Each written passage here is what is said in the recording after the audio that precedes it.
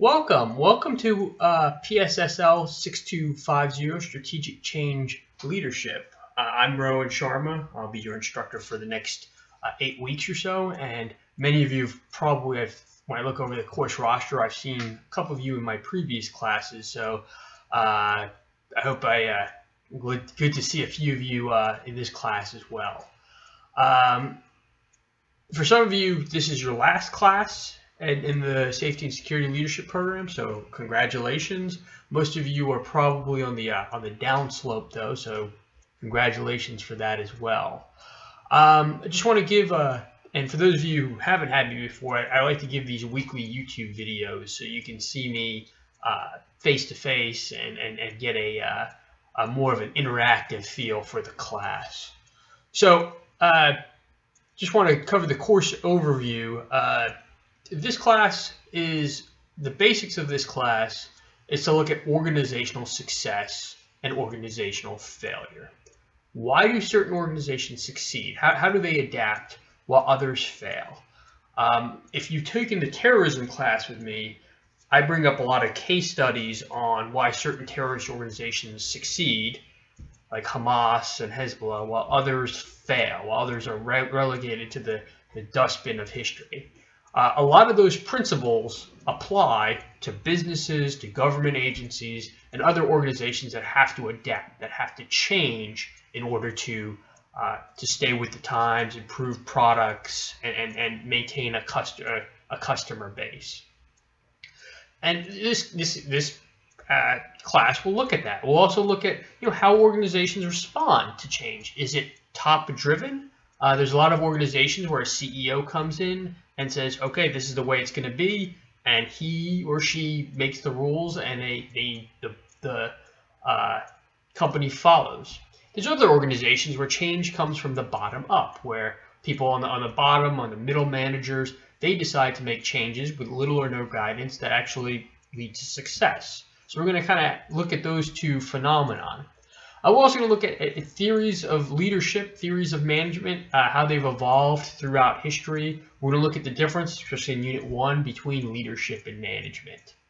And then we're going to look at case studies. We're going to look at some business case studies. Why Apple was successful. Why is CVS, the drugstore, successful? Why its competitors like Rite Aid and Walgreens are not successful? What are the characteristics that made one succeed and the other fail? And we'll look at those case studies in depth. We'll also look at the Exxon Valdez case study and the failures in leadership there. And then we're going to look at Hurricane Katrina, which will probably, I'm going to substitute as your final case study. And we're going to look at why, and I like the Hurricane Katrina example because it has leadership failures at the federal level, leadership failures at the state and local levels. But also, there's interagency organizational issues, like why the Department of Homeland Security couldn't adapt, and why it was such a bureaucratic mess, and why that led to the failures in Katrina. So we'll cover that case study pretty much in depth, and we'll look at, again, all these organizations, all these case studies, how they responded to change, how they were successful, how they weren't. So for those of you who I haven't had before, just a little bit about me. My name's Rowan Sharma.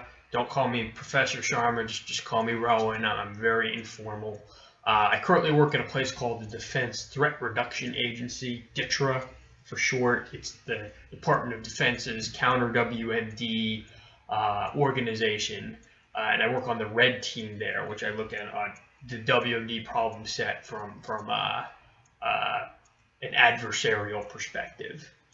Previously, I've worked at Department of Homeland Security, specifically TSA, Transportation Security Administration, and I will definitely bring in my experience there in the class, so you can learn why organizations change, how they change, and why they're not successful in changing. And I can definitely give you some personal vignettes there.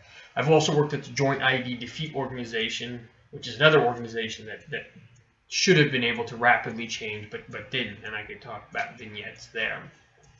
I was also an Army officer for 7 years, deployed to Iraq and Afghanistan, so if you're overseas now, I could definitely sympathize.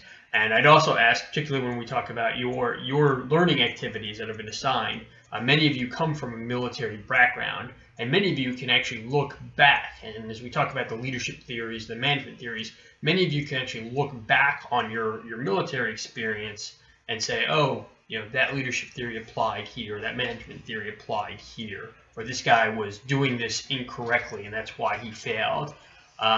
So feel free to bring those cases in your discussion sections as well as your learning activities.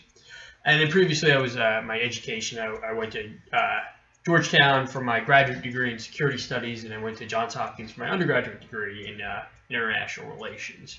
Married, have an 18-month-old, starting to run around the house a little bit, so definitely keeps me a little busy. So just assignments real quick. There'll be 8 discussion sections.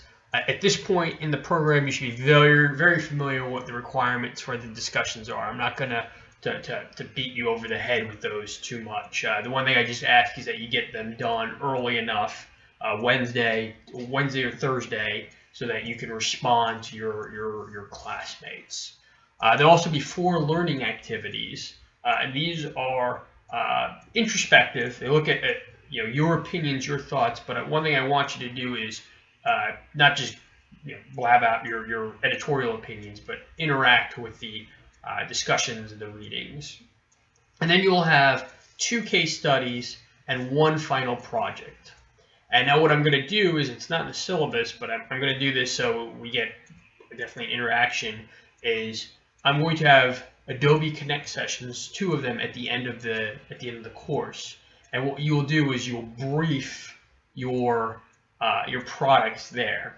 And how I'm going to do it is I'm going to break you into 3 groups, and one of you, so 3 groups, everyone will do a paper on a case study, assignment everyone will do assignments on the case studies of the final project.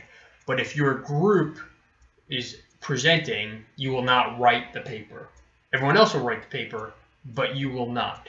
So if you're, there's 2 case studies in a final project. If you're the first group to go, you will present the first case study, and then you will write a paper for the second case study, and you will write a paper for the third case study. And if you're the second group, so forth, so forth, so forth. So at the end of the day, you will be writing 2 papers and doing a presentation for the case studies in the final project. If that's not clear I hope that is clear as mud. If it's not, let me know. But I just want to make sure that's clear off the top of the head. And what we're going to do is you're going to have an Adobe Connect session, which is if you haven't used it in the class, it's kind of a online presentation ability. So you're going to give me your slides, then you're going to present to the rest of your class your findings. Just another thing for writing, again, most of you have been in this course, so you should have a pretty good idea of how to write well. You should have enough feedback how to write clearly, but what I'm looking for personally is clear, concise writing to show you that you interacted with the readings and discussion section or discussion slides. So I want that in everything: case studies, the discussion section, as well as the learning activities. Strong argument, that helps a lot. Don't get me wishy-washy on one hand this, one hand that. I want you to take the position, defend it, argue it. And then identify the key factors, particularly when it comes to the case studies. Why did Katrina fail? Where were the factors that you think were the most important that caused those cascading effects of failure? And I want you to actually bring those factors out. And this is especially true in the case studies. So with that being said, that's kind of an overview for the class, and I have other stuff in the syllabus that you should be familiar with as well. So I want to shift over to week 1. Week 1 is management history. We look at various theories various theories of leadership, various theories of management, and how they've applied to different cases. You look at the Hershey-Blanchard case study, and that's what your leadership learning activity is on. And the case that theory is about 30 years old, and right now it's probably common sense. But at the time, It wasn't. It wasn't. When you're looking at some of these leadership theories, a lot of these theorists were the first people at the time to identify it and to actually put it in writing and in journals and establish it as a course of study. And the other thing you have to look up, and again, we're going through history in this first section, is understand how the history impacts the leadership theories.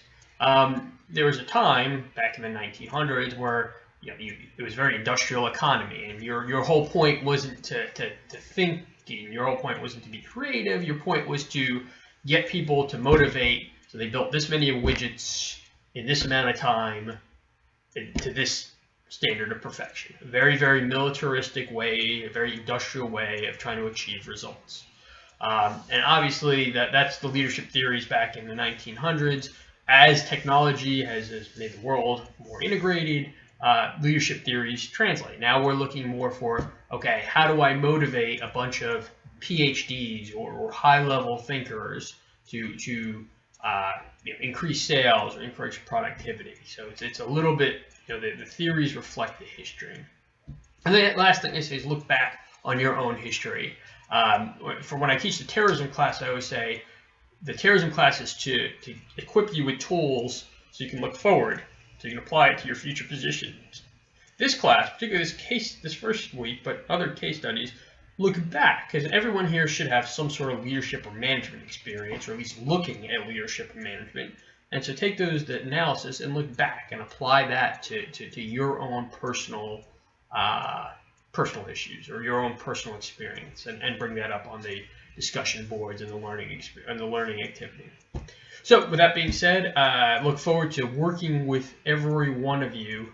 If there's issues with connectivity, or you're in a different time zone, if you're like in Afghanistan or somewhere overseas where logging in on a live Adobe Connect session would be a problem, let me know. But I just want to put those out, and if there's any issues, again, let me know.